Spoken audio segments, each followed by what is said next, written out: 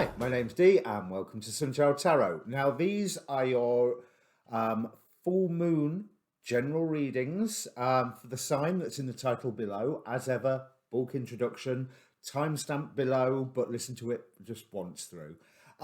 Because I would advise that you listen to three of these. Your sun, obviously, your moon sign, because hey, it's a full moon, and your rising sign, as that's the most important to your story. So watch all three if you've got the time. Now, this is full moon in Virgo, 8 degrees of Virgo. So I'm not going to talk long about the astrology of this full moon, because if you follow the link to the Facebook page to this channel that's in the description below, you'll notice that I've posted a lot of the astrologers' analysis and breakdown and weather forecast videos about this full moon, and they're going to do it better than I do. Also, there's an inbox on that page, so if you want to contact me directly for a personal reading, there's a good way to do it.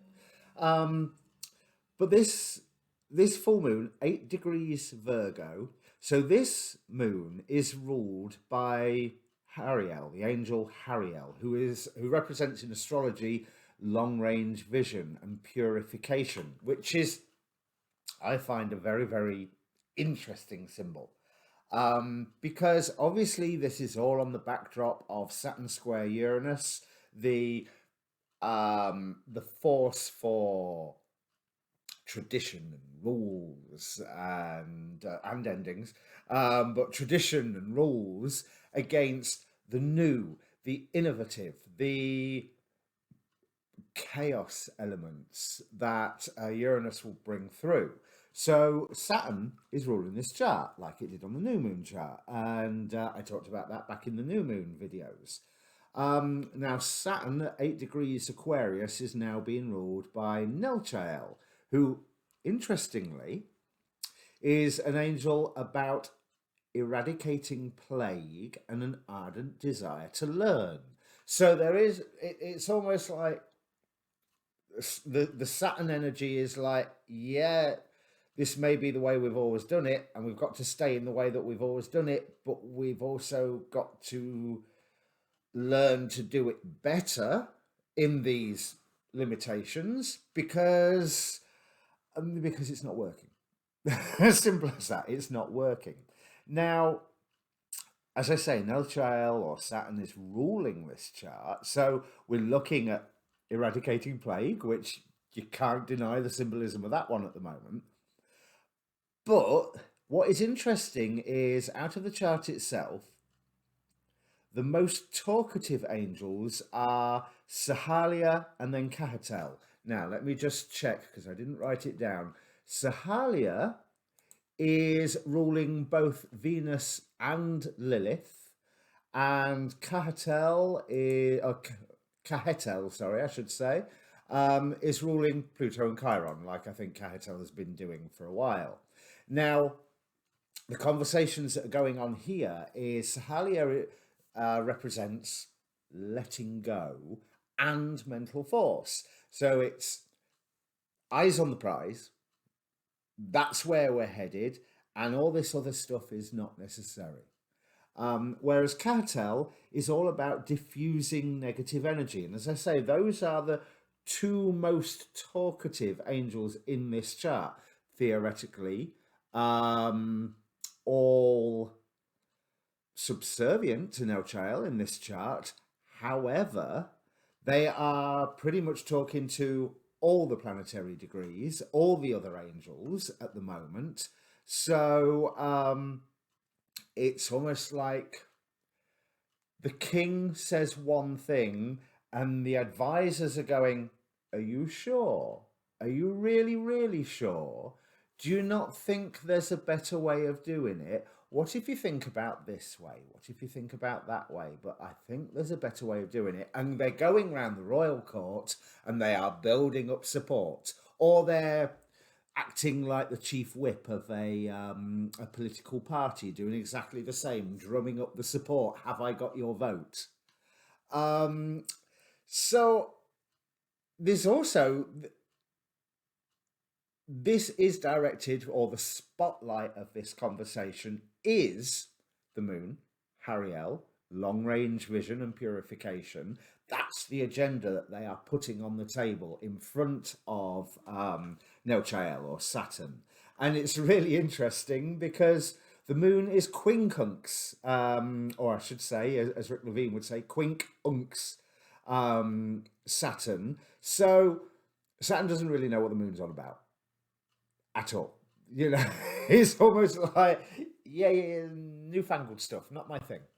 Um, but it is necessary, and that's why we have the this influence of Sahalia with letting go, and then Kahatel just keeping everything calm, diffusing the negative energy. Yes, that's going to be awkward, but we can do it. And Sahalia, with their mental force, can go, hell yes, we can. Well, maybe not hell, they're an angel, but oh yes, we can do this. So there's, it's really highlighting an agenda shift. Now, the astrologers will also have mentioned it's good for relationships, this full moon. Again, go and watch all the astrology videos that I've posted. I'm seeing, looking at it from the degree angels level, this is, it's like that tagline, things will never be the same again. We are setting the agenda for the new world. We have a new world. I've not heard that phrase, the new normal, so much recently, but there's still a lot of political agenda to try and make the old normal return. But let's be honest, it's not going to happen. It is a new world. It's a new world every day. Oh, that, I'm sure that's a song. But it's a new world every day anyway, but it is very much a new world. And Saturn, in its square to Uranus, in its quincunx to the moon, is,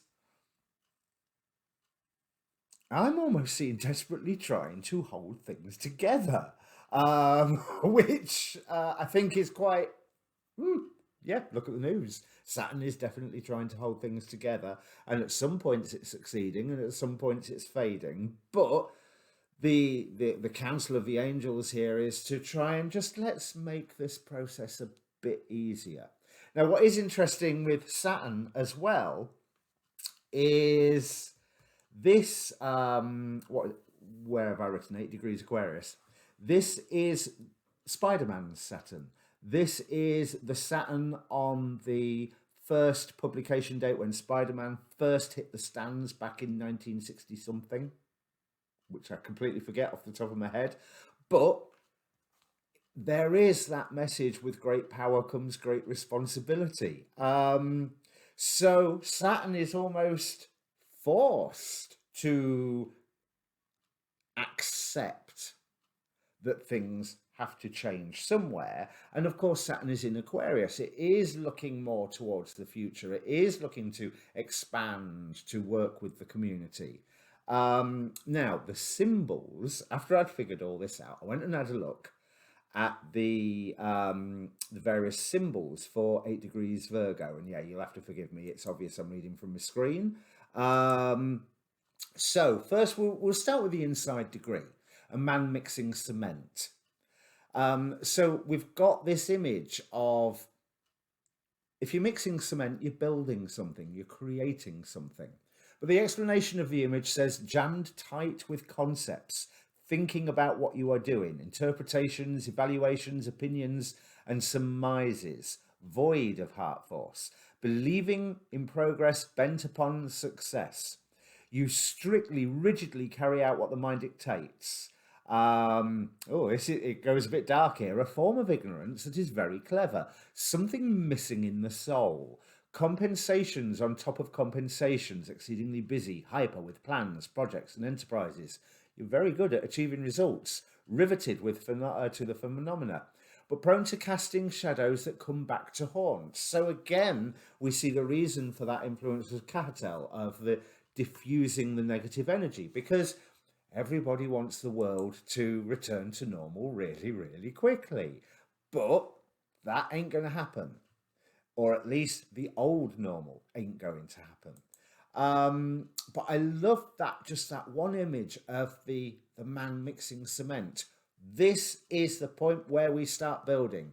The new moon was, if I remember correctly, was all about finally integrating and starting to act on all the lessons that we've learned during the Capricorn cluster and 2020, which I think is very nearly ended. Well, or at least March 2020 has very nearly ended. Well, we may be in the 450th of March, but you know, we can see the turn of the page coming. Now, the Sabian symbol is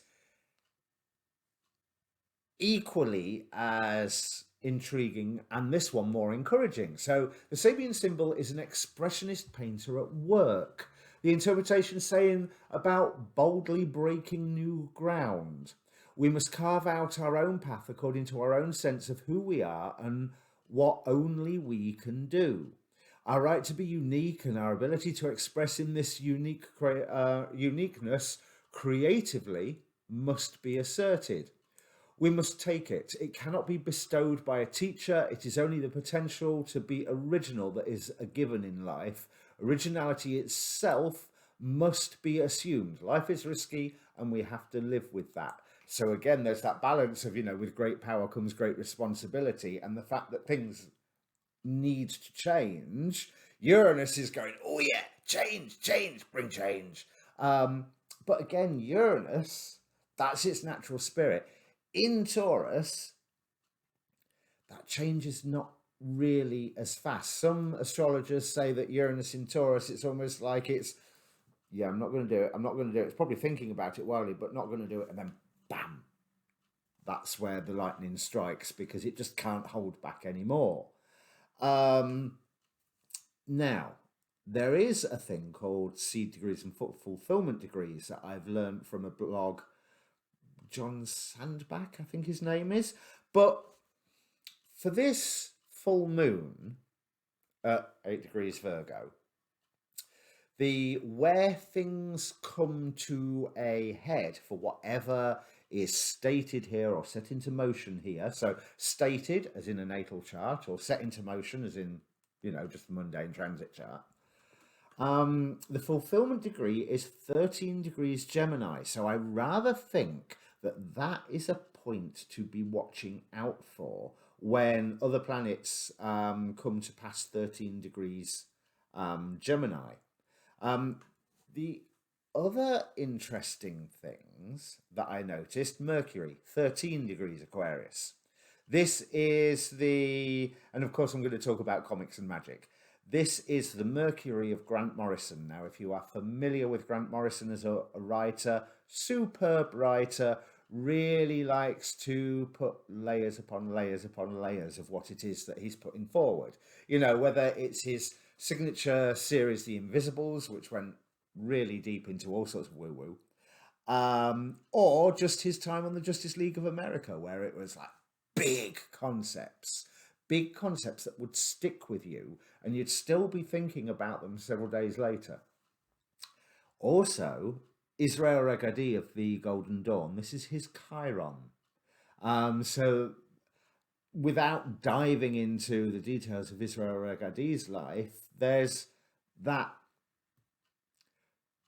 opening for disciplined magical healing is what I'm seeing from that, because that's how I'm assuming Chiron can be interpreted within Israel Regadi's chart, or at least taking it out of his chart and looking at it with the rest of the world.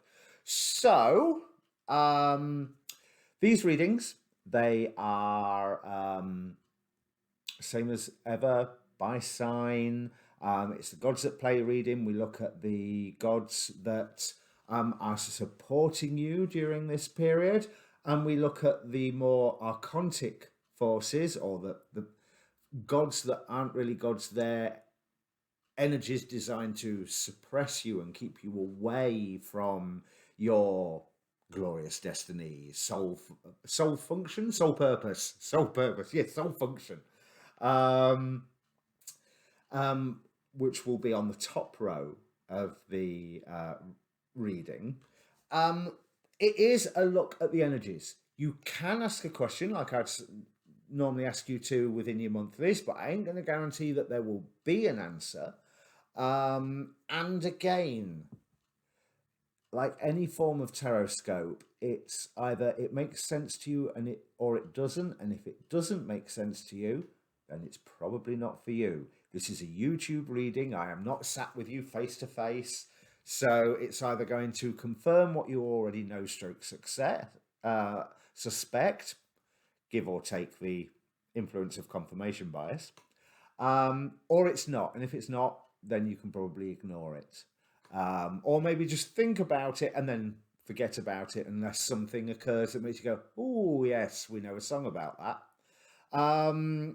So obviously, like, share, subscribe, join the Facebook page, because that way it's a one-stop shop for all the astrology videos as well as my videos. And like I say, you can contact me there. Subscribing to the channel really does help the channel. Liking helps the algorithm boost the video. I'm sure you know the YouTube politics by now, so if you're so inclined, please do help my YouTube politics, or Google politics, as Chris Witecki calls it. That's everything. I've waffled long enough. Let's crack on with the reading. Cheers.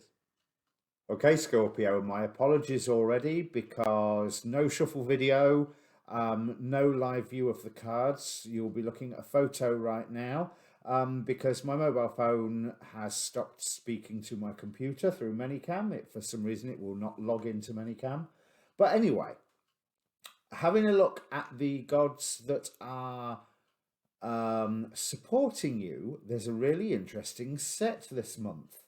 We start with Pontus, the unknown. So with this being opposed to the archontic mask of Helios, representing illumination, it's almost as if don't seek the immediate answers that are presented to you. Don't seek the common wisdom. Thoth here for an archontic mask. Seek out the mystery. Seek out the areas that you don't feel certain about, the areas that immediately give the answer of I don't know, because there is a balance to be achieved, but I feel that that balance is to be sought within the mysterious rather than the highly defined and the highly already, explained to you. Well, next, in support of you, we have Typhoeus, or the Typhon, with fear. So again, that sticking with that mystery vibe, dive into the fears that spring up as you achieve, as you identify those things where you don't know the answer, and if anything, it unnerves you that you don't know the answer to this. Then dive into it, because trying to protect yourself with the archontic mask of Athena as protectress represents, well, to me, somehow you're missing out. If you remember, this top row is about the archons that are trying to deceive you, and by them pretending to be gods, the bottom row is the gods that are uplifting you. So taking the approach of protecting yourself from that which you don't know, from that which you fear, means somewhere along the line you are missing out. And it's really interesting that on the top row here we have Kuan Yin with compassion. It's almost as if a path is laid out in front of you. Here are the answers. This is the correct thing to do. This is the way you can protect yourself. This is the way you can defend yourself. This is the way everything will go well. This is what proves you are a compassionate person and a compassionate being by taking this path. And it will lead you to a transformation. Pele at the very end of the Archons row. Now, yes, it will lead you to a transformation. I don't think that particular bit is a lie. I don't necessarily feel that that's a particularly positive transformation, when beneath that, on the gods level, we have Inanna, famous for her journey into the underworld. So it really does feel like you've got to get down and dirty. You know, you've got to get into the muck and find those things that you dislike, find those things that create that fear, find those things that appear to be secret from you, and try and figure out the answers. And don't just take any pat story that's given to you by, I'm just going to say, the outside world, because the influence of the archons can be seen in, it can be seen in other people who are not necessarily acting to their knowledge on the archon's request, because it's, they are subject to the same mental structures and societal structures, and this is the way that things should be structures, as you are. So I'm not saying that they are trying to deliberately lead you down a garden path, but at the risk of sounding like I'm supporting internet conspiracy nonsense, which I think, as you can tell by that phrase, I'm not. There is an element here of do your own research, but it's do your own research on personal issues. So it's looking within you. Firstly, if there is something that you don't know and it's a mystery to you, is that mystery important to you? If it makes you scared, if it makes you feel uneasy, then the answer is yes, that mystery is important to you. And then you have to examine it. Now, you can examine it by looking at stuff about it in the outside world. Yeah, that's fine. But the first examination should be, hang on a minute, why is this making me feel so uneasy? Why is this making me feel so scared? Why is this making me feel like, whoa, yeah, don't want to touch that. I've got to run away and protect myself. Protect yourself from what? And I think you'll find that that's not meant to sound as harsh as it does, but it's not to protect yourself from what. It's no, protect yourself from what precisely? Do you know what it is that you're trying to protect yourself, or why you feel that need to protect yourself from it? Or is it some myth or some strange belief that you've picked up along the way, somewhere along the lines, that makes you go, oh, I've always been told not to go near this, but why? I'm a fully fledged adult.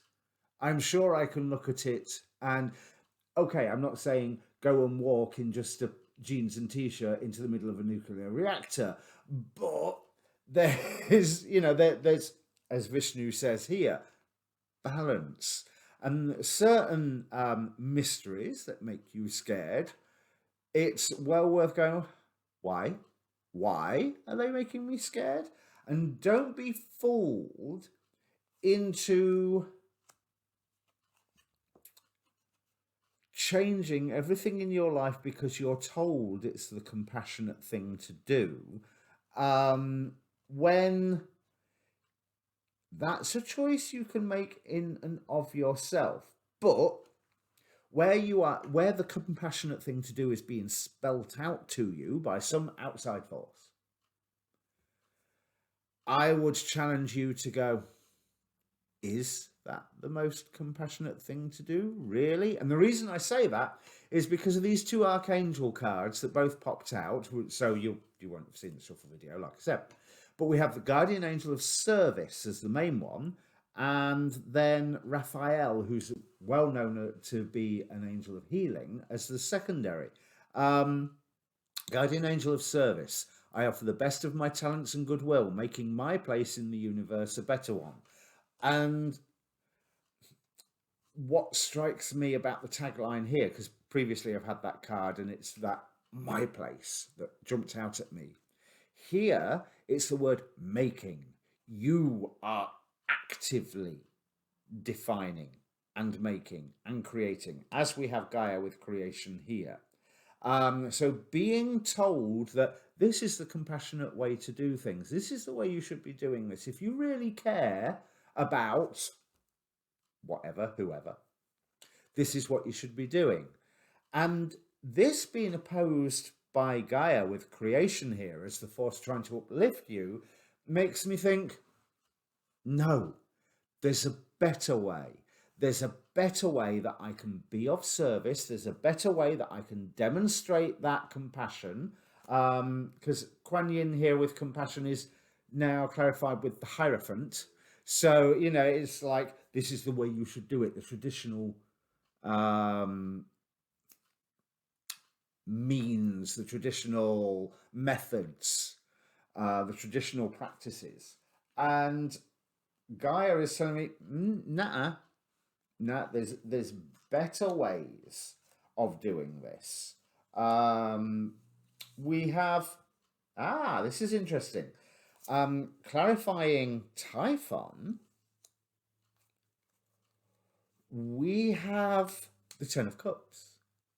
So there is some form of joy that will be found, that will be achieved by diving into those fears. And maybe the end result of that joy is simply you don't have those fears at the end of the situation. Oh, well, you know, bonus, really, isn't it? But Gaia with creation clarified here by the Chariot. So once you start thinking, no, there is a better way of doing this, and having done the groundwork of investigating, hang on a minute, why does this make me feel so uneasy? Why is this making me feel scared? Then things really, really start moving forward for you. But it's got to be your way of doing it, not what is presented to you. You have to find your own solutions. And yeah, that might mean reading a book and doing some research, but what you really need to listen to is that bit inside here that makes you go, yeah, that might be the traditional way of doing this, but it doesn't feel right. But if I do it this way, that feels right. There's a risk in doing it this way. And because you're going to feel that there's a risk because there's that fear there. Don't necessarily think that there is a risk in doing it because from the Oracle of Heaven and Hell, we have the Hauia angel representing astrologically protection. So protection is an issue, but what it really means for you and what it is presented to mean for you are two completely different things. And when I say presented by an outside person, force, the media, whatever. Now, from the Daemon Tarot, we have Buffonite. Buffonite is a substance that does not exist. And that's what this card warns about, chasing after things that do not exist. So with such a strong outside force saying, here's all the answers, here's the right thing to do, you can heal by using your wisdom, you have the strength to take this knowledge, this is the compassionate way of doing things, because it has always been the compassionate way of doing things, and you should make a commitment to this compassionate way, or else, and if that's making you feel uneasy, then you need to examine why it's making you feel uneasy and think outside the box a little. Find another way to do exactly what is required of you, which is obviously there is some form of act of service, some form of helping others, caring for others. But not in the way that you are told to do it, but in a way that is actually effective and feels right from here. So I'm not just saying go purely from the heart, because, well, really, I am saying go purely from the heart, but bring the bring the rational mind on board as well, because going through from what you believe to be the heart is one thing. Going from the actual heart involves, if I take this course of action, am I going to cause any harm, and examining the potential consequences with your rational mind. So at no point, this is not a reading that is purely heart based. To be purely heart based, you have to use the tools that you are given. One of those tools is the rational mind. I feel that although I feel apprehensive about it, that doing it this way will be better, okay, think it through. Think it through, just check what can go wrong. But listen to that inner voice and not the outer voice here. It's going to be hard work, and this looks like it's setting up a period of time with Inanna journeying into the underworld at the very end, clarified by the Eight of Pentacles. So there's a constant work that is going to be going ahead. You're going to feel like you're doing the same thing again and again and again. And yeah, that's fine. What this reading promises is that, quite surprisingly, Scorpio, guess what? You're having another transformation. But there is transformation at the end of this process, whether you like it or not. But the change is, the difference is it a transformation that you are controlling from your heart, using the tools given to you, including your rational mind, including your ability to deduce and to work out consequences and all that? Or is it one that is laid upon you from outside, where you are told to make a commitment to it, and you're told that it will be healing, but it's going to be hard work? Either way, it's going to be hard work. Strength, clarifying Helios here, or Eight of Pentacles, clarifying Inanna here. But opposite ends of the reading, opposite ends of the spectrum.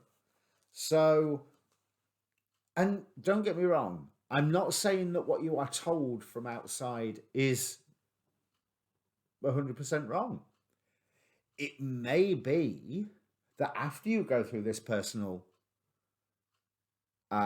journey of analysis of feelings and of facts and of potential consequences, you end up agreeing with this way that is presented to you from outside. But if that is what occurs, it means that you've done all of this inner work that is prescribed for you here.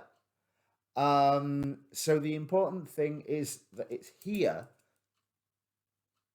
in the heart center that says, this is what's defining my course of actions. And this one has gone, yeah, that'll work. Absolutely, that will work. You know, and the anxiety that shoots through other parts of your body, if you've answered hang on a minute, why are you there? Why am I shaking? Why am I feeling that internal quivering? Or why is my stomach playing up at this? Or, you know, there's whatever anxiety sign that you may have. As long as you figure out why they are there, then the course of action that you decide, that once you've gone through this method, that it's the correct course of action. Right, that's what I'm trying to say. I was getting my words a little mixed up there. But the important thing that is being pushed here is Vishnu with balance, clarified by the King of Cups. We have that sense of, this is why I was saying that last bit, don't go against necessarily what you are told from outside just because.